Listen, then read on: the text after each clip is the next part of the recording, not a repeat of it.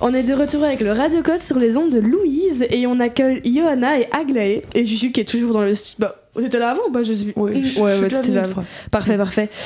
Et donc on est avec le Radio Code, moi c'est Natacha pour l'électron libre du jeudi soir et on accueille notre invité du jour, enfin nos invités du jour, qui viennent nous parler d'un projet super intéressant qui s'appelle... C'est juste Mars, il n'y a pas... Marsus et Louvain. Marsus et Louvain, parfait. Donc voilà, si ça vous intéresse, restez avec nous. Peut-être que vous pouvez vous présenter en quelques mots, vous faites quoi, d'où vous venez et tout, ça peut être chouette. Donc moi c'est Johanna, je suis l'ingénieure du crew Marsus et Louvain, je fais des études en ingénieur civil à l'UST Louvain, je suis aussi la présidente du Quota Projet, le Quotastro, et ouais j'aime bien la musique, j'aime bien le fun, et j'aime bien l'espace surtout, vu tout ce que je fais. Trop chouette. Moi c'est Aglaé, je suis le crew journaliste de Marsus et Louvain, je suis en dernière année d'un master en communication.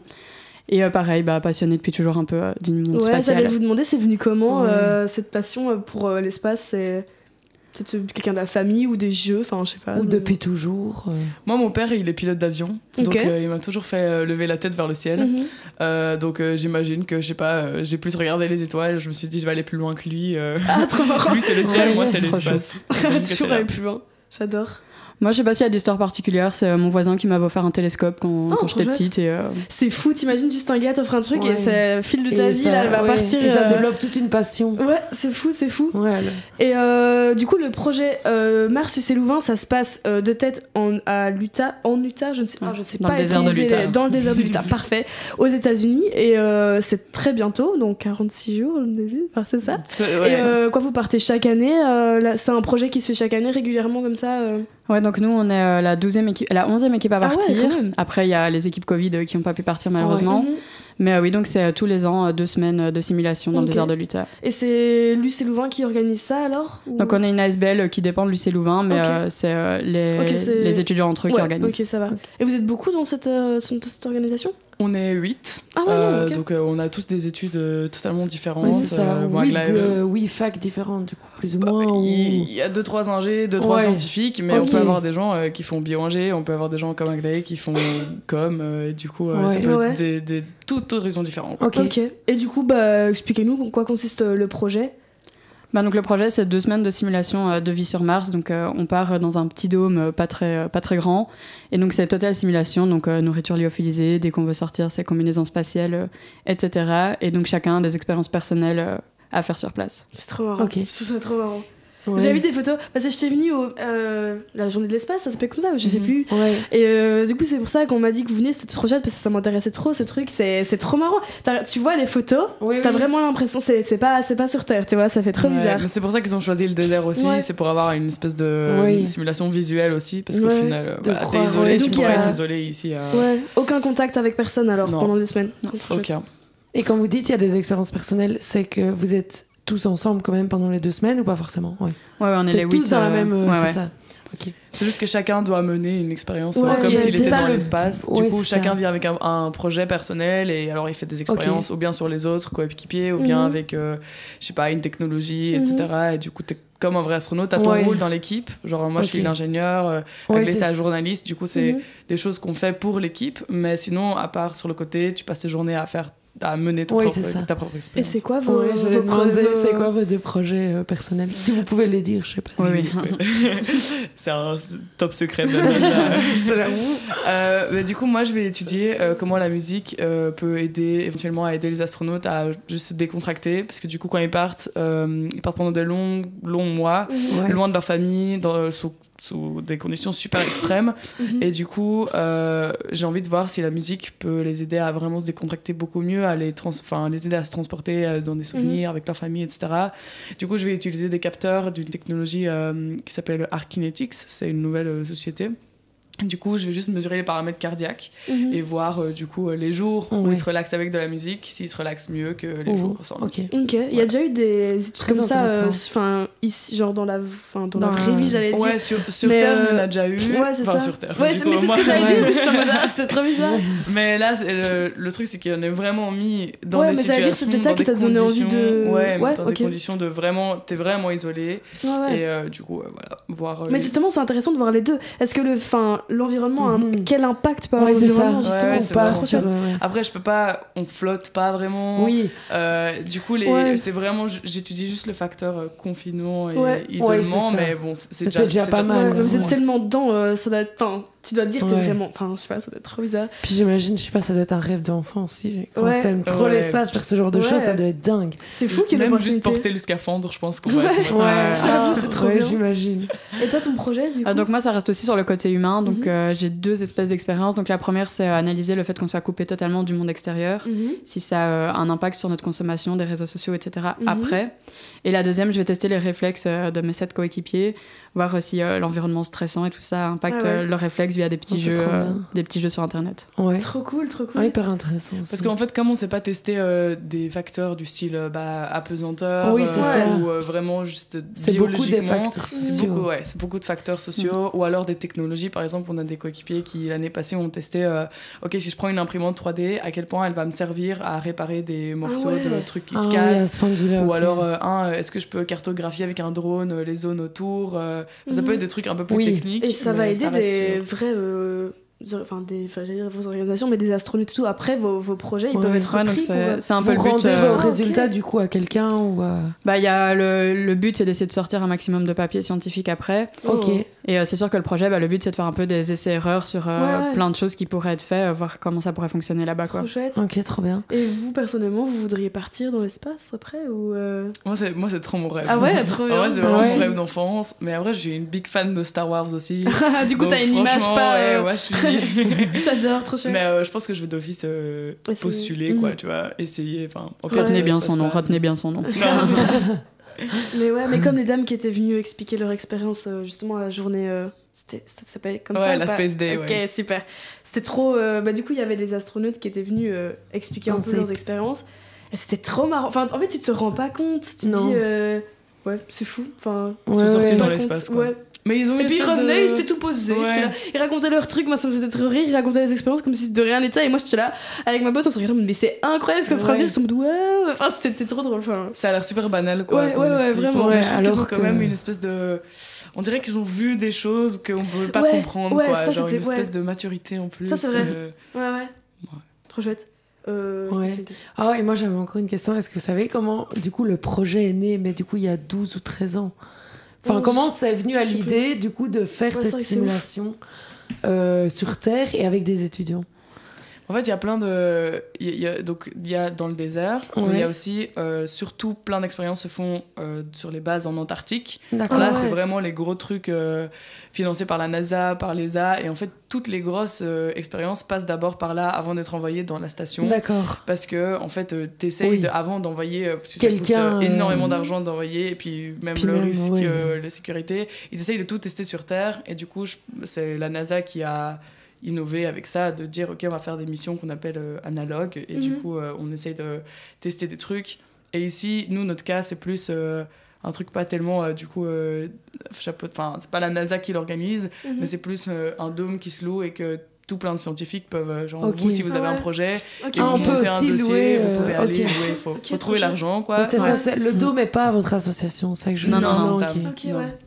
Et personnellement, vous allez faire comment niveau cours et tout ça, enfin, comment vous liez votre vie étudiante avec ce projet qui, je suppose, demande énormément de préparation et même, tu disais, après, tu vas continuer tes recherches après et vous faites comment pour lier tout ça Dès qu'on se lance dans l'aventure, on sait un peu qu'on va devoir passer entre 5 et 10 heures par semaine sur le projet tout au long de l'année. Après, ça dépend de la situation de chacun. Il y en a qui ont moins de cours que d'autres, il y en a qui sont en dernière année. Dans mon cas, je mets mon mémoire sur ça, donc c'est du temps que je passe là-dessus. Cette année, on a la chance de partir pendant les 2 semaines de pré-blocus. Donc au niveau des cours, on a déjà un peu plus de chance. Ah, ça c'est cool, ouais. Et puis les profs sont totalement cléments pour ce projet, vu que ça reste de lycée Louvain. Mais après, ça reste ça reste quand même... ok, c'est cool, ils sont compréhensifs, mais vous ratez quand même des trucs. Sur vous, personnellement, vous allez quand même pas assister à certaines choses, quoi. Donc je sais pas si c'est un peu... c'est une organisation à avoir et puis c'est des compromis quoi, on fait ça. Et en soi vous savez à la base quand vous lancez dans le projet. Je pense que ça vaut la peine quand tu vois le... Oui. Oui, je préfère rater quelques cours que rater ça, quoi. Projet, oui, j'imagine. Et toi, t'es aussi au Côte Astro, du coup, et ça va pour gérer tout ça en même temps ça se lie un peu ou Cette année, j'avais une année avec pas énormément de cours, donc ça m'a aussi permis de pouvoir faire les deux. Et aussi, quand on recrute, on essaie aussi de voir pour mars, je veux dire, on regarde s'il y a quelqu'un qui est vraiment overbook tout le temps, on sait qu'il va pas lui-même savoir tout gérer, donc on essaie aussi de voir à quel point la motivation rentre dans son agenda. Mais du coup, oui, moi, ça me permet aussi de faire plein de liens entre les deux, on fait plein de collaborations ensemble, parce qu'au final, ça reste dans le même domaine, et il y a plein de choses, des contacts que je peux réutiliser ou quoi, donc ça, c'est trop bien. Puis moi, c'est ma 3e année en Cap, donc je sais maintenant comment ça fonctionne, et je sais prévoir combien de temps. C'est le temps que ça prend, c'est ça. Donc ça, c'est un énorme plus. Et puis, il faut juste être bien organisé, quoi, et savoir tout faire, essayer de tout gérer, déléguer, et s'organiser. Ouais, c'est sûr. C'est des trucs qui s'apprennent, mais si on a la motivation de faire les deux... Ça va vous être super bénéfique pour plus tard. Hein, ça, c'est sûr que sur le CV, ça ajoute quelque chose. Tu m'étonnes. Et vous avez déjà fait le recrutement de l'année prochaine, du coup? Non, donc on le lance sûrement vers le début mars. Comme ça, on pourra regarder les CV quand on sera là-bas. Ah, c'est trop marrant. Tous les soirs. J'adore. Faire des petites soirées recrutement. C'est trop chouette. Et la team, ça se passe bien? Vous faites des team building et tout pour vous entendre ou quoi parce que du coup, là, vous allez passer 2 semaines dans la même pièce. 24 heures sur 24 dans un 30 mètres carrés. Mais non, on fait des petits team building de temps en temps. On se voit tous les mardis soirs. Là, ce week-end-ci, on était à l'Eurospace Center, donc on fait beaucoup de choses tous ensemble. Et pour le moment, je pense que ça va bien se passer. J'ai pas de stress avec ça, en tout cas. Vous êtes plus ou moins le même nombre de filles, le même nombre de garçons. C'est 4 filles, 4 garçons. Ça, vous faites attention dans le recrutement. Ça, on fait attention. Pour faire une totale parité, pour laisser la chance à tout le monde. Et l'âge, ça, c'est... Enfin, je veux dire, du moment qu'on soit à l'université, ça change. C'est ça. L'année passée, il y avait des doctorants qui avaient 30 ans et ça se passait très bien. Après, ils sont moins... parce qu'il y a plus de gens qui sont en bachelier en master, mais la majorité sont en master. T'es la plus jeune cette année. Il y a des choses à prévoir spécifiques, je sais pas. Comment faire son sac ou quoi? C'est ça, vraiment, tu sais.